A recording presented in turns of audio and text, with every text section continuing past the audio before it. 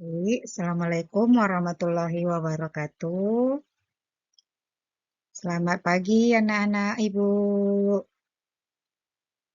Baik, Alhamdulillah. Hari ini kita belajar agama. Sebelum pelajaran kita mulai, alangkah baiknya kita berdoa terlebih dahulu. Mari kita berdoa, membaca doa belajar. Ayo semuanya angkat tangannya, tundukkan kepalanya, seraya kita baca doa belajar. A'udzubillahi minasyaitonir rajim. Bismillahirrahmanirrahim.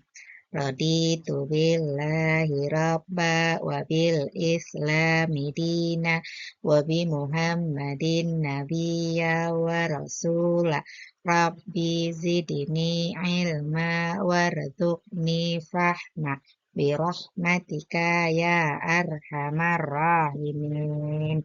Amin. Alhamdulillah. Hari ini kita belajar pendidikan agama Islam. Eh, ada yang tidak hadir, siswa-siswa Ibu? Semuanya hadir, Alhamdulillah. Nah, sebelum kita mulai pelajaran kita, seperti biasa kita bagi siswa-siswa Ibu, ada yang baca Iqra, bagi yang Iqra, ada yang baca Al-Quran, bagi yang Al-Quran. Oke, silahkan dibaca. Baik, hari ini kita belajar tentang Nabi Muhammad Shallallahu Alaihi Wasallam adalah teladanku. Ada beberapa pelajaran yang akan datang, tapi hari ini kita belajar tentang Nabi Muhammad Shallallahu Alaihi Wasallam adalah teladanku.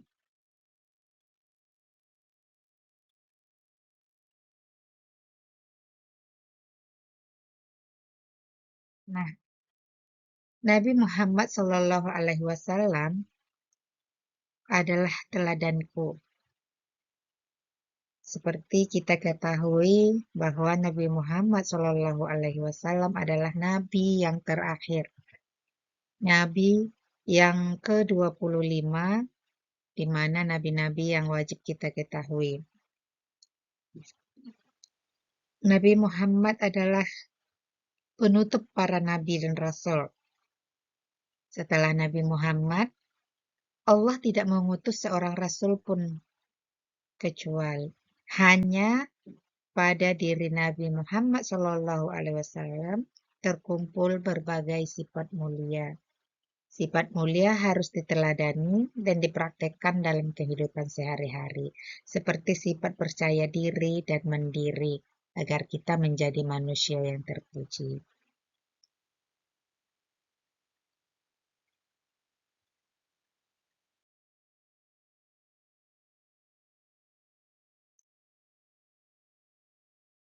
Yang pertama kita membahas kisah teladan Nabi Muhammad SAW.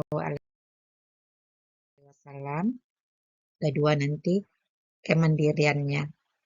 Nah, Nabi Muhammad SAW disebut sebagai Sayyidul Anbiya, yang berarti pemimpin para nabi dan rasul Allah.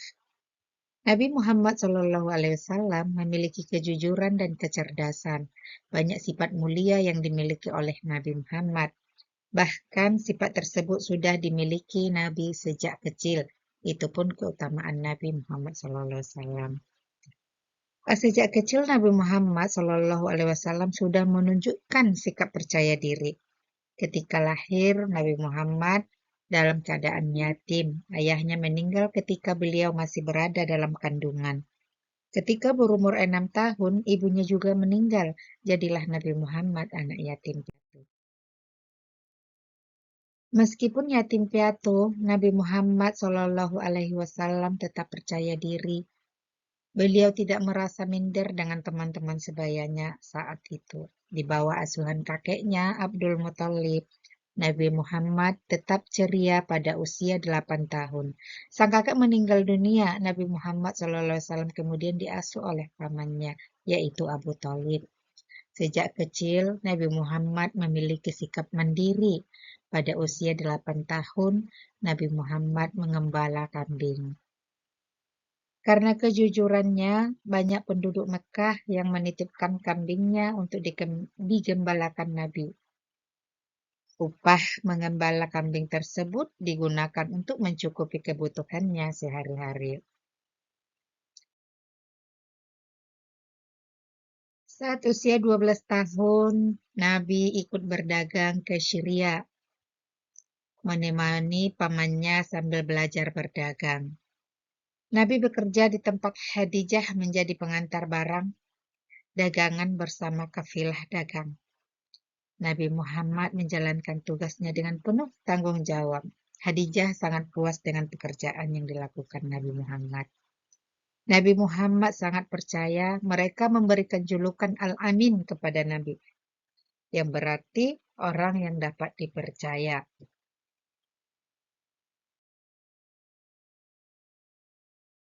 Suatu ketika, para pemimpin kabilah Quraisy berselisih. Mereka merebut meletakkan Hajar Aswad di Ka'bah sebelum Ka'bah diperbaiki dindingnya. Para pemimpin kabilah saling berebut, mereka merasa paling berhak menempatkan Hajar Aswad kembali ke tempatnya. Karena tidak ada yang mengalah, akhirnya mereka bertengkar. Pemimpin kabilah mengusulkan supaya menunjuk Nabi Muhammad untuk memutuskan perselisihan mereka. Dengan percaya diri, Nabi mengajukan usul. Nabi Muhammad SAW melepaskan surban yang dipakai dan menggelarnya. Setiap pemimpin kabilah meminta memegang tapi surban Nabi Muhammad SAW, lalu meletakkan Hajar Aswad di tengah-tengah surban. Secara bersama-sama, pemimpin kabilah membawa Hajar Aswad ke Ka'bah.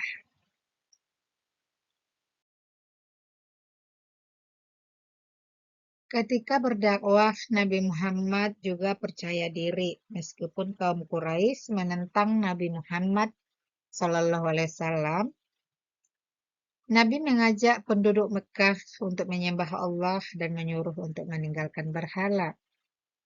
Nabi tidak takut dengan ancaman kaum kafir, karena Nabi meyakini kebenaran ajaran Islam yang dibawanya. Dengan percaya diri, Nabi Muhammad terus berdakwah, yakni Nabi Muhammad percaya kepada pertolongan dan lindungan Allah Subhanahu wa Ta'ala. Beliau tidak takut dengan ancaman dari orang-orang kafir. Itulah beberapa sifat keteladanan Nabi Muhammad. Sikap mandiri dan percaya dirinya sudah tumbuh sejak kecil.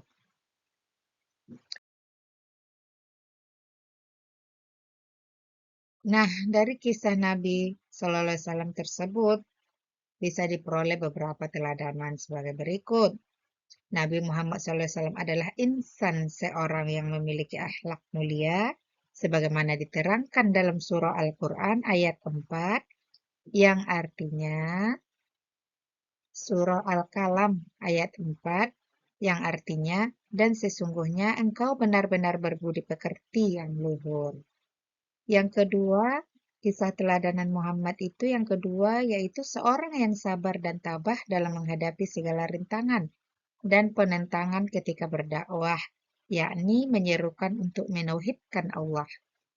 Yang ketiga yaitu seorang pemberani yang meyakini kebenaran ajaran Islam yang dibawanya. Pemimpin yang adil, mandiri, percaya diri, dan mau menghargai pendapat orang lain. 5. Senantiasa mengajak umatnya ke jalan yang benar, yakni menyembah Allah dan menyuruh untuk meninggalkan berhala. Terakhir, senantiasa menyeru dan menyebarkan perdamaian, hidup damai dan niat baik dengan sesama manusia. Yang bagian B itu yaitu percaya diri dan mandiri. Nabi Muhammad itu mempunyai sikap percaya diri. Apa itu percaya diri? Percaya diri itu adalah percaya kepada diri sendiri atau meyakini bahwa kita memiliki kemampuan untuk melakukan sesuatu pekerjaan dengan baik. pantang menyerah, dan tidak putus asa. Setiap orang memiliki kemampuannya masing-masing. Semua itu pemberian dari Allah kepada hambanya. Kemampuan itu harus disyukuri dan ditingkatkan dengan cara menggunakannya di jalan kebaikan.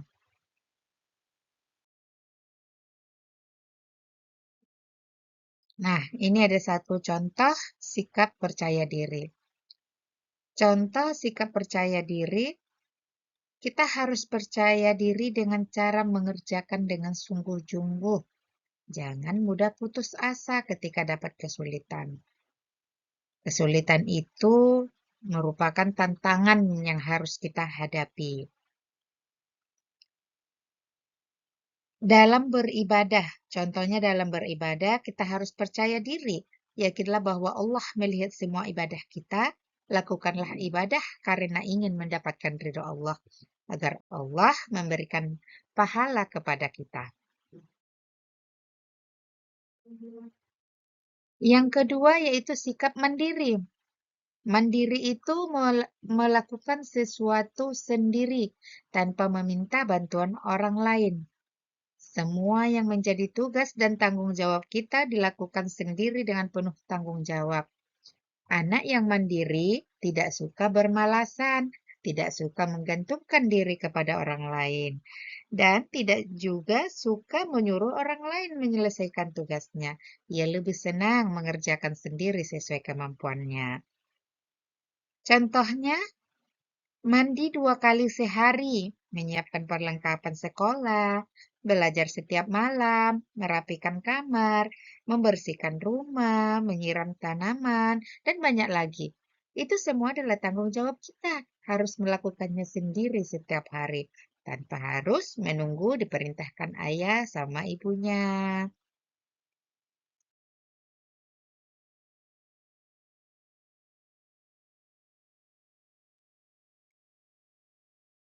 Baik, mungkin sampai di situ penjelasan Ibu.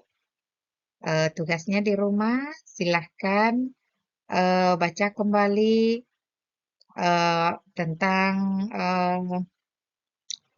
Nabi Muhammad adalah tauladanku, dan tuliskan beberapa contoh, 2 contoh yang kau lakukan, yang sudah kamu lakukan tentang uh, percaya diri, satu, dan yang kedua yaitu mandiri.